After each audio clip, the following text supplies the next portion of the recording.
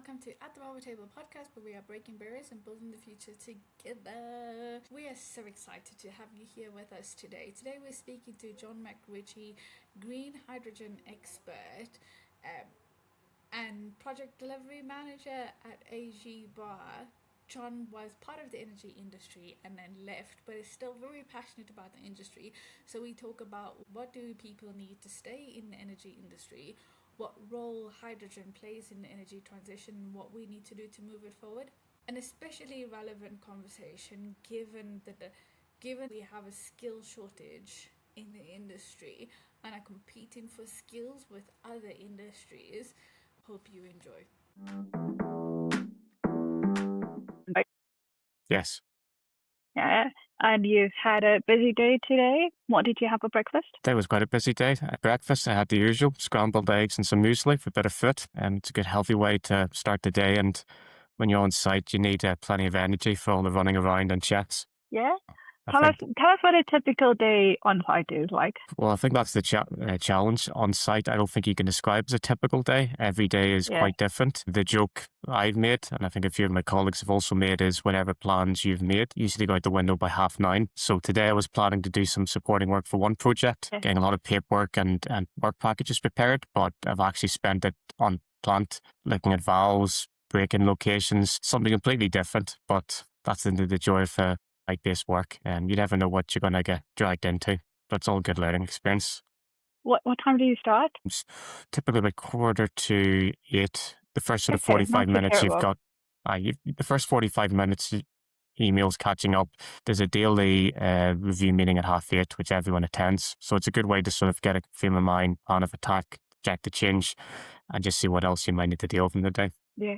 And for everyone else who's listening to us, you can tell I'm too excited to speak to John McRitchie, green hydrogen expert and project delivery manager. So I've just started asking about his day because he's on the ground doing really exciting stuff, as you can hear, which is not planned. It's just as it comes. Yeah? Yeah, that's a pretty good summary. Yeah. So tell us about your career. What are you currently doing in your current role? So my sort of career, I'm coming up to 11 years since I've graduated. I'm a chemical engineer by trade. I'm currently working for AG Bar as a senior project engineer, sort of supporting project delivery at their main site in Cumbernauld. Prior to that, I've worked in multiple sectors. I started off my career in the chemical industry. I was a supply chain analyst and then a plant engineer of Dow Chemical. I then worked in whiskey with two of the leading spirits brands for 6 years as a site-based project engineer. After that, I moved to green hydrogen, where I was working with one of the leading hydrogen project developers in the country, Green Cat Hydrogen, sort of managing one of their first-of-a-kind feed projects. So I think the thing in my career is I've worked in quite a few different sectors, quite diverse jobs, and I've been able to work with some great teams. I've quite a varied engineering insight, which for me has been quite useful. Working in different sectors allows you to see how different industries, companies do things, and cherry pick the best solution. Variety is the spice of life, and I think my career demonstrates that quite well. Yeah, I love that. And I just picking up the AG Bar, not an energy company, is that correct? They're not an energy company. So AG Bar are an FMCG and food and beverage company. For those in Scotland, AG Bar makes Iron Brew, which is the Scottish national drink. And I think as a point of pride, Scotland is still the only country in the world where Coca-Cola and Pepsi are not the number one soft drink. That is Iron Brew, but they also own up-and-coming brands like Rubicon, Boost. So they're an up-and-coming company. They've publicly committed to double revenues in the next few years and have quite an ambitious investment program, which was the main reason they decided to join. The other reason is I get Iron Brew and soft drinks at discount, which is always very popular with family and friends. That is quite a treat. And there's a tension there, right? Because you're on an energy podcast speaking about green hydrogen. So you're obviously very passionate about it, else you would not be doing this. But you're no longer in the energy industry, haven't worked in energy. So talk us through, why have you left the energy industry despite being very passionate about it? Well, the thing for me is, I've always seen myself as a manufacturing engineer at my core. Energy underpins manufacturing operations. When I worked in chemicals and whiskey, a lot of my projects were sort of either to improve energy efficiency or reduce energy use. In the green hydrogen space, it was an exciting time to be in it. I got to work with some really great colleagues, junior engineers, and get really in the nitty-gritty some interesting technologies. I think the sort of challenge with green hydrogen is it's very much dependent on government subsidy support. The Hydrogen Allocation Round, HAR for short, is a sort of key subsidy scheme in the UK where the government will subsidise the cost of hydrogen to consumers such that they pay no more than fossil fuels. Green hydrogen, I think, has been subject to quite a few delays. The HAR2 process, I think the deadline for successful award was supposed to be last year. It's coming up to April. I don't think developers have heard of the next steps. For me, because I've been in manufacturing, site-based project delivery, I miss being inside and getting things built. So spending 2 years in green hydrogen working projects, which we're still not sure will get built, there's always been a bit of a nervousness. To be truthful, the opportunity at AG Bar to work on one of the most iconic soft drinks brands and work in some exciting energy-related projects, which unfortunately I can't disclose too much about due to confidentiality pieces, was too much to pass. The key thing for me is I still keep in touch with my colleagues and I'm still rooting for the projects we've worked on. I do think green hydrogen has a strong place in the decarbonisation approach, but government needs to get a move on with it because there's a lot of talented people ready to get spades in the ground. And I've made the move because I have not had a piece of the action. I think others might do soon, but there's a lot of sort of complex factors in it. That's a classic engineering. I speak to lots of engineers, obviously being in the energy space and just generally. That's a classic engineering trait that, oh my God, let's just get it done with. And a sentiment that's often shared in the energy industry. I want to take us one or two steps back. Mm-hmm. And for any listeners who's listening, I like to explain this podcast as very much like if my mom is listening, can we explain concepts really simply so that she would understand? So when I take a step back for my mom, obviously, and then explain what do we mean when we say green hydrogen? I also know there's blue hydrogen, and this is my ignorance here. I'm not sure if there's any other color hydrogen. There's grey, pink. I think I've seen definitions of other ones, which sort of it doesn't help the argument because, as you said, it makes it confusing to the average person. And I think if the average person has a good grasp of something, government's more like to do thing on it. If I were to describe this to my mum, who's not technical, she was a teacher, science and maths wasn't a strong point. Green hydrogen is hydrogen that's produced from electrolysis. So it's using electricity to split water into hydrogen and oxygen. That electricity comes from renewable sources, so wind, solar, or energy from a low carbon process. The other two main types of hydrogen that typically get used in comparison is blue and grey. So grey hydrogen is what most hydrogen's made today. It's made from fossil fuels, steam reforming of methane. It emits CO2, which is expelled to atmosphere. Blue hydrogen is grey hydrogen where the carbon dioxide is captured and stored, so it isn't emitting to the atmosphere. Green sits on one side of the divide, and then blue-grey sits on another. Green hydrogen uses renewable energy. It uses electrolysis. There's no natural gas. There's no need for carbon abatement systems. It's inherently simple in the fact that we've been using electrolysis for at least 150 years. It's a well-understood process. To mix chlorine gas, caustic soda. They've been using electrolyzers at scale for at least 100 years.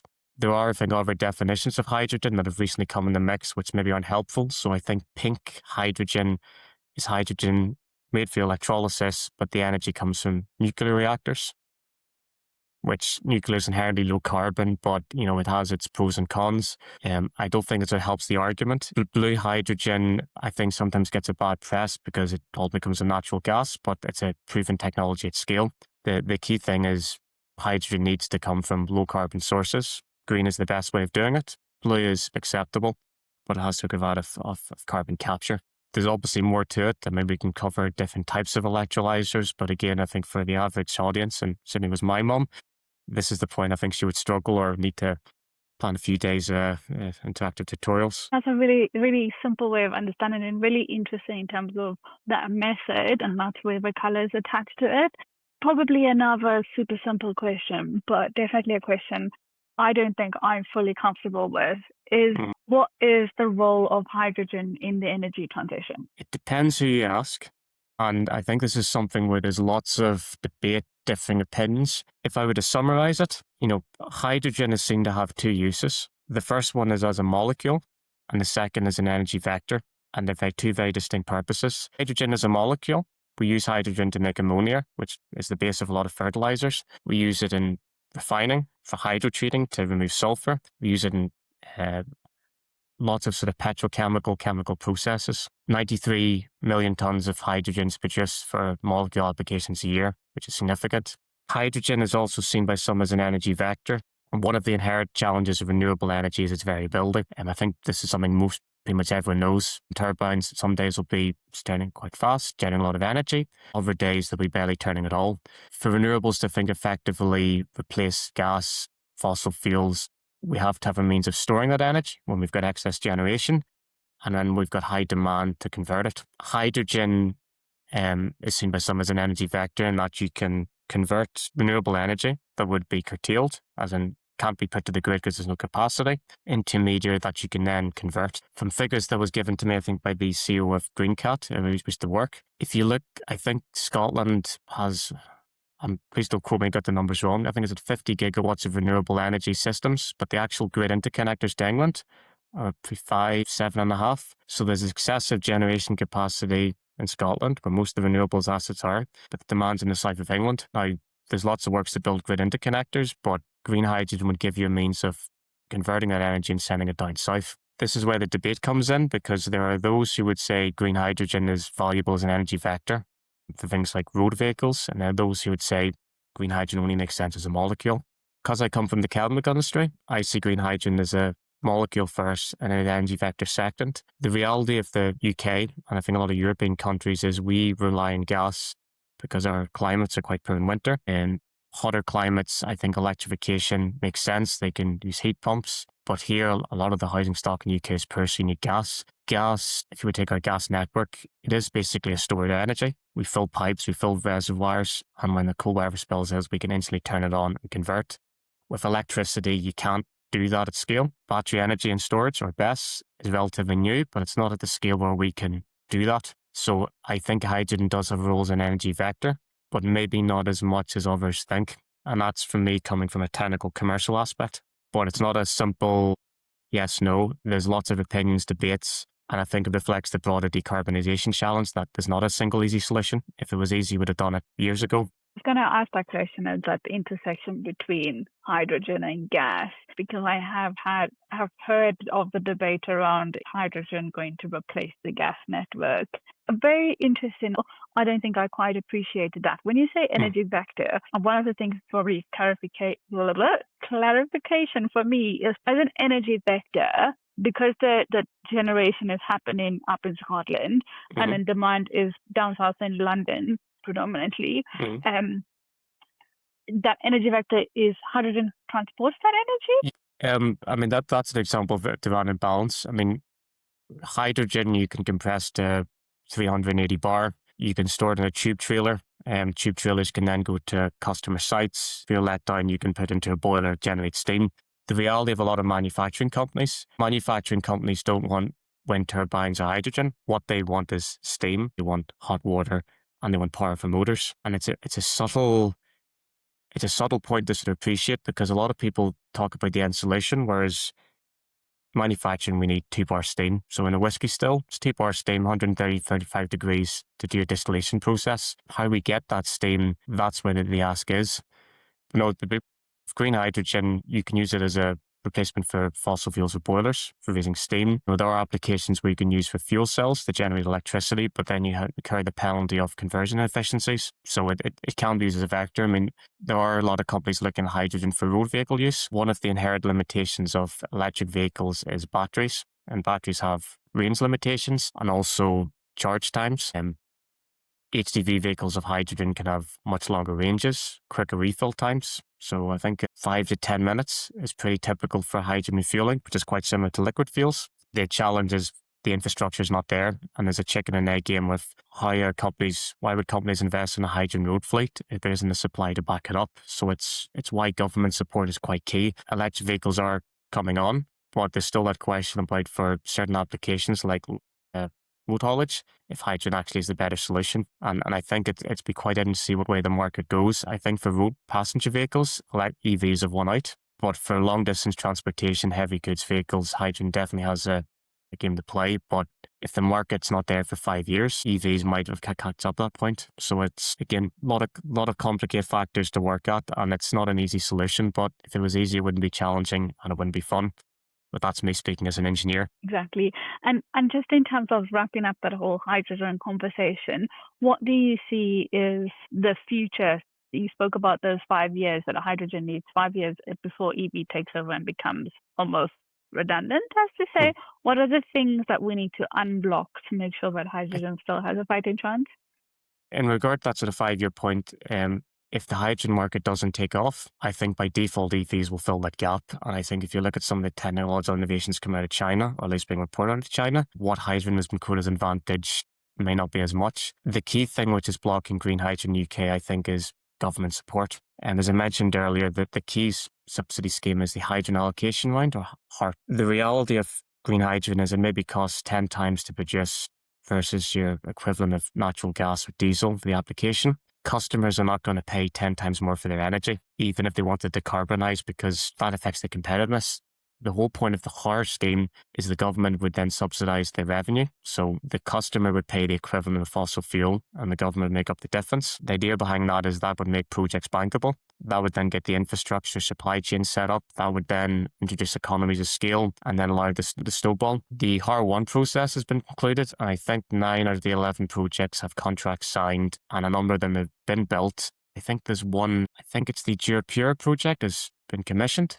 So we are getting things done, but the target, I believe, for hydrogen plants, I think it was either 2 or 5 gigawatts by 2030. We're nowhere near that, and if you look at the pace of development, we're going to miss that. I mean, I've looked at the various charts about temperature rise, what we need to do for carbon abatement. We will have to do some pretty big reductions quickly if we had any hope to sort of meet the 1.5 or even 2 degrees temperature rise limit. So what I'm hoping in the next 5 years is that, DESNZ actually just get a move on, give project support, give companies the sort of backing to get things done, to get equipment ordered.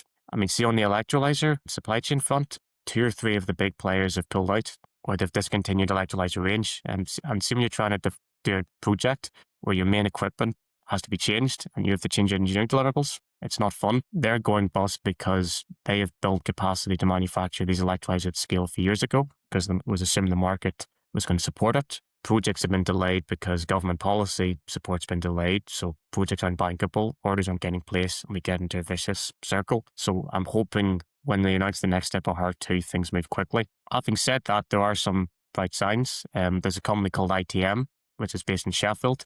They're actually one of the leading electrolyzer manufacturers. I follow them on LinkedIn. They're winning orders all the time. They're supplying electrolyzers to, I think, 300 megawatt plant in Lincoln, in my RWE, all across the world. So it's not all doom and gloom. I mean, certainly in Scotland, there's a very healthy small supply chain, all looking to sort of build up capacity. So the will is there, the people is there. We just need to unlock it, and we need the government to get a move on. I mean, I moved from green hydrogen to FMCG because as a site-based delivery engineer and project manager, I want to get things built, and I was given an opportunity too good to say no. If DESNZ had moved on of R2 and projects getting banked and made contracts ready to go, I might have reconsidered my move, but I'm also going to say, chance to work for Iron Brew, iconic brand, you can't say no to it. But I have a lot of great ex-colleagues, talented chemical, mechanical, electrical control, civil engineers. They're the ones who are going to get it built, and they need support to actually do it. This country has no shortage of talented engineers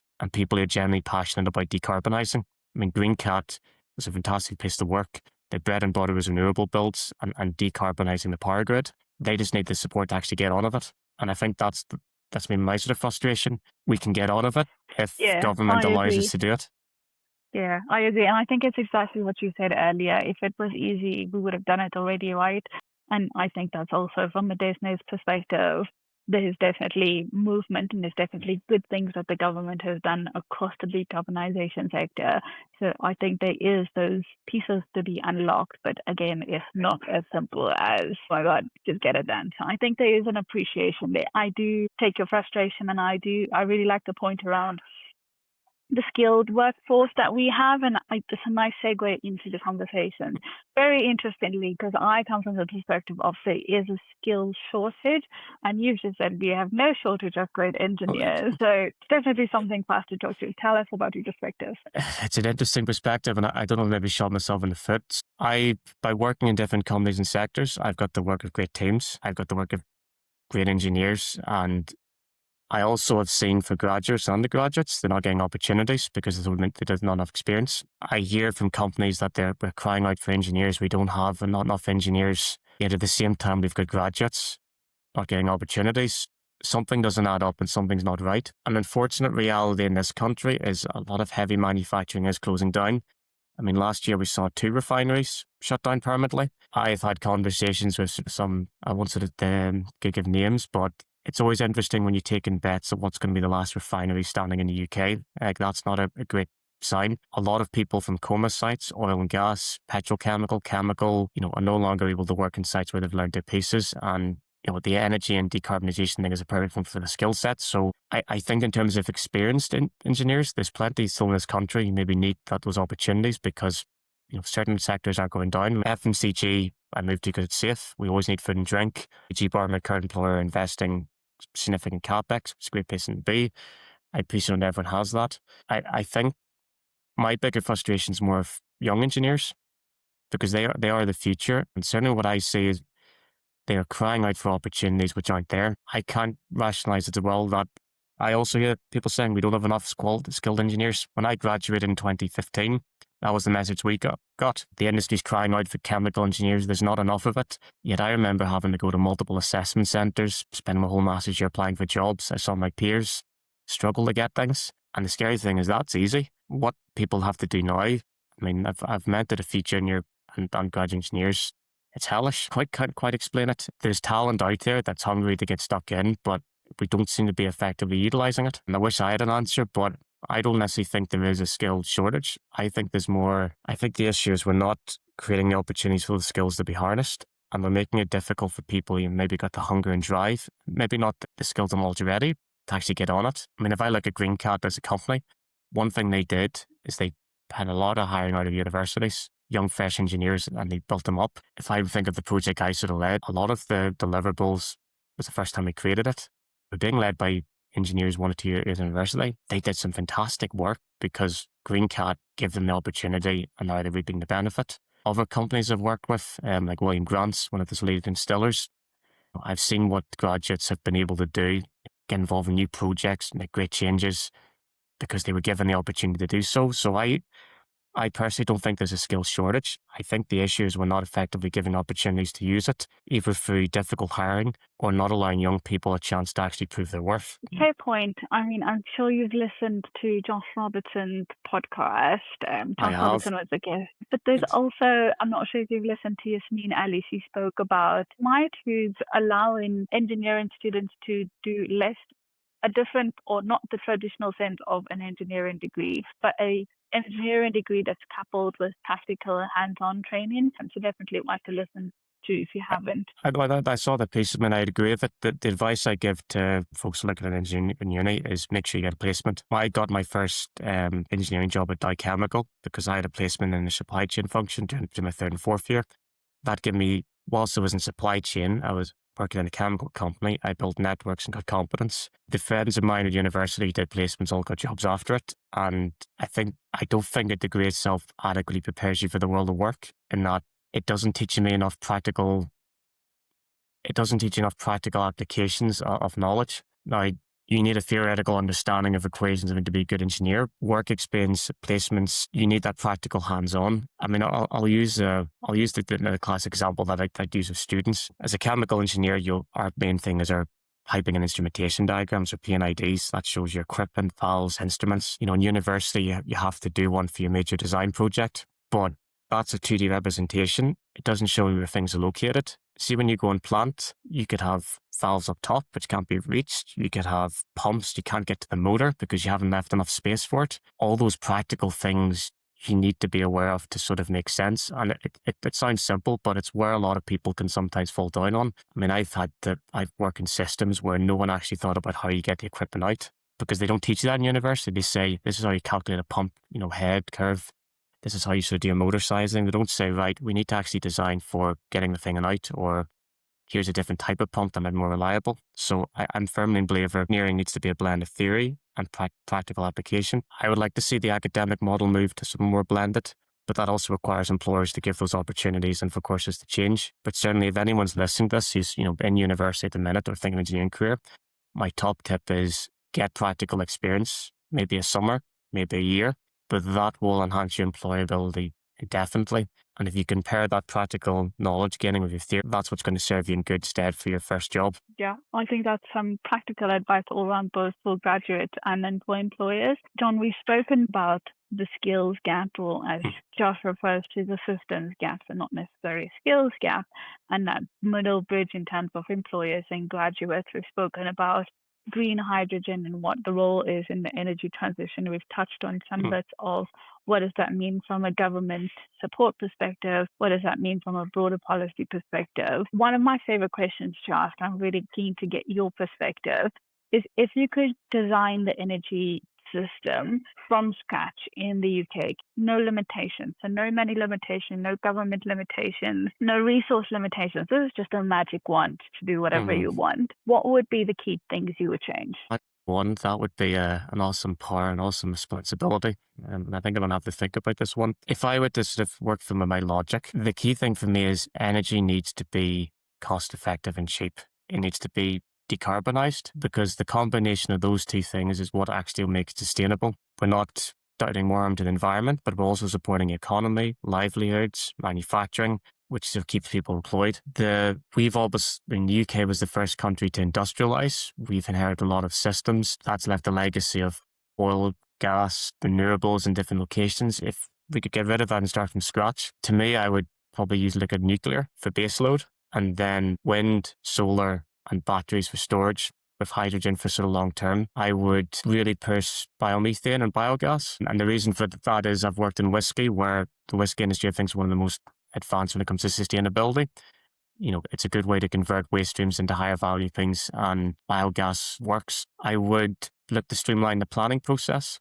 I think that's actually a challenge to get things done. And you look at programs like HS2, years late, years over budget. You look at China, Middle East, they get things far bigger scale, much cheaper time. So there's a structural issue in this country, and I think how long it takes to get planning, I push it. I'm coming from the mindset, just get it done, get it built. If we had the ability to go back to basics, redesign it, I think streamlining planning, encouraging buildability, nuclear for base load, renewables for sort of variability, be it storage means, tree energy, instead of biogas for sort of waste streams. I would also design for future capacity. I think that's something that's always been a challenge, that as plants have shut down, at different times I think we've been close to a generation limit. I'd want to have at least 20% spare, and also have lots of interconnectors for export. And we do have some at the minute, but I think a grid where you can react to demand imbalances in Europe is what keeps us going. I said it's an awesome to have a magic wand that could start from scratch. That's an awesome responsibility. It's almost a terrible responsibility, but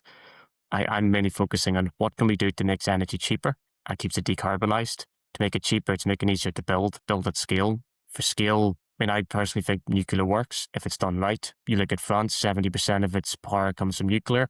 Their grid is effectively decarbonized. They export to Germany, and I think the safety record's pretty spot on. Those had a few minor points. You pair that with renewables, that's where you decarbonize power. For gas, encourage biomethane, AD, like more than we're doing at the minute. That gets rid of agricultural streams. For policies, if I was speaking as an average bill payer, I think changing from the current model where the last power demand sets the price. We've lots of renewables, but I think you ask anyone about their electricity bills, it's going up and up. I think that whole model needs to change, that actually consumers see an end benefit to decarbonising.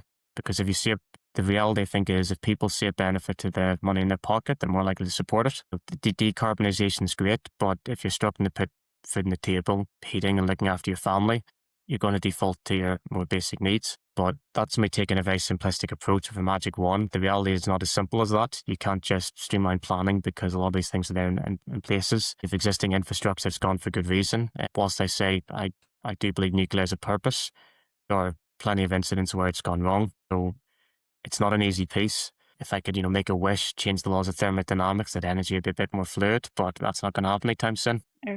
Okay, I have another, probably a difficult question, and it's probably a difficult question because there is no right answer. So you know about the energy trilemma, right? So there's affordability, sustainability, and security, and energy security is probably becoming more important given global politics. If you were to allocate 100%, so you had 100 credits, get in gamification mode now. If you had 100 credits, how would you allocate that to affordability, security, sustainability, and that sustainability is decarbonization and all of the good stuff that goes in there. I would go 40% in affordability, and then I would go 30 for sustainability and security. The reason I would do that is we need affordable energy to support our economy, manufacturing and jobs, which keeps us employed. Security of supply has an impact on cost. If your supply is insecure, you then have a risk premium to pay. The reason I'd say 30% is without a secure supply, you're not going to have the means to want to decarbonize it.